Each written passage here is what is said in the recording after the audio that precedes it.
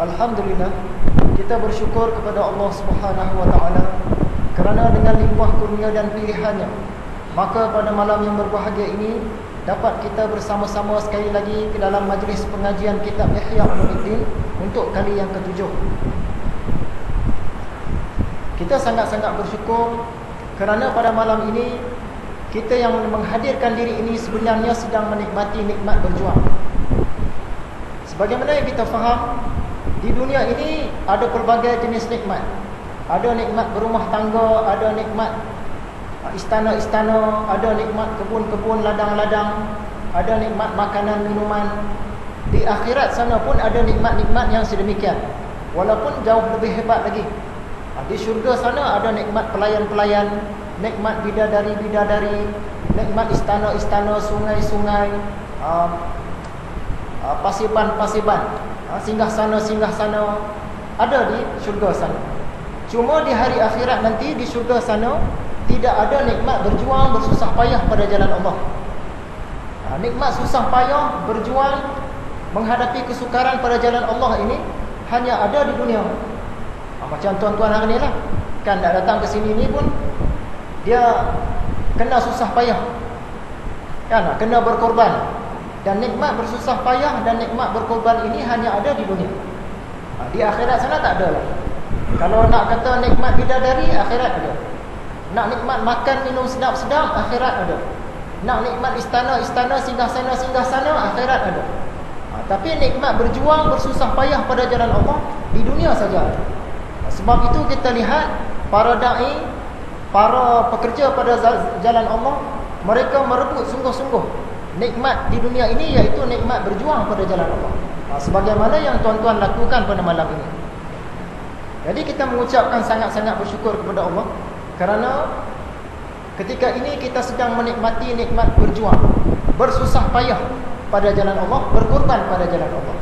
Kita ambil contoh, bila kita makan buah rambutan, orang hidangkan kepada kita buah rambutan, memang sedap dah. Tapi lebih sedap, lebih nikmat lagi kalau kita bersusah payah pergi ke pokok rambutan, kita petik sendiri. Petik sendiri lalu kita makan, lagi sedap.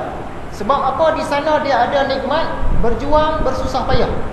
Nak kena berjuang pergi ke pokok rambutan, nak kena susah payah pergi ke pokok rambutan, nak kena berkorban tenaga kita pergi ke pokok rambutan. Tapi hasil dia kita dapat petik dan kita makan jauh lebih sedap kita rasa berbanding orang hidang kepada kita. Sama juga macam kita memburu. Kalau orang hadiah kepada kita daging kijang, sedap dah. Daging ayam hutan sedap dah. Tapi kenapa ada orang susah payah masuk hutan, dia cari ayam hutan? Bukan senang nak dapat. Sebab apa? Dia nak menikmati nikmat bersusah payah, nikmat berkorban, nikmat berletih-letih untuk mendapatkan ayam hutan tadi. Macam itulah kita dalam hal ehwal agama ini. Di dunia ini orang yang mencintai Allah dan Rasulnya, mereka akan berkorban, akan berjuang, akan bersusah payah, berletih-letih pada jalan Allah. Sebagaimana kita bagi tahu tadi, nikmat berkorban pada jalan Allah ni di akhirat tak ada dah. Dalam syurga tak ada dah, di dunia saja ada. Sebab itu kita mesti ulun sungguh-sungguh nikmat berkorban pada jalan Allah ini. Hadirin yang dirahmati Allah sekalian, sebelum kita masuk pada pelajaran kali ini, marilah sama-sama kita mengimbas kuliah kali yang ke-6 yang lalu. Antara perkara yang kita sentuh, apakah ilmu-ilmu yang menjadi fardu ain kepada kita? Ilmu-ilmu yang mesti belajar, wajib belajar. Para ulama, kata Imam Al-Ghazali, masing-masing terbahagi kepada lebih daripada 20 kumpulan. Masing-masing kata ilmu ini yang fardu ain. Kumpulan lain pula kata ilmu ini fardu ain. Kumpulan lain pula kata ilmu kalam lah yang fardu ain. Sebab kalau kita tak tahu ilmu kalam ini, maka kita mungkin tersalah semua, tak kenal Allah. Ulama fiqh pula kata ilmu yang fardu ain ialah ilmu fiqh. Sebab dengan fiqh inilah kita dapat tahu ibadah, dapat tahu halal dan haram. Kata ulama-ulama tafsir pula, ilmu tafsirlah yang fardu ain, sebab itulah sumber hukum Islam yang utama.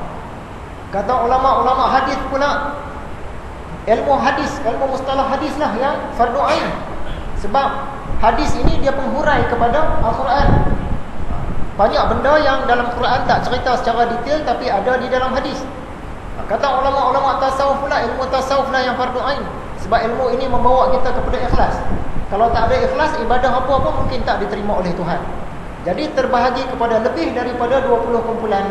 Imam Ghazali dia simpulkan semuanya, termasuklah kata-kata Imam Abu Talib Al-Makki.